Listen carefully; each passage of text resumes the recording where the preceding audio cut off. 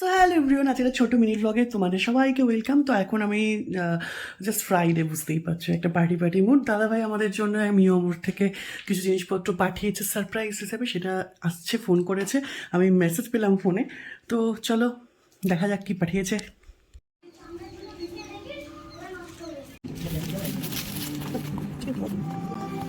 Burger, এটা হচ্ছে বাপির জন্য।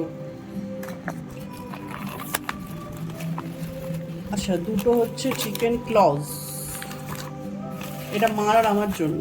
আবার এটা কি সাথে,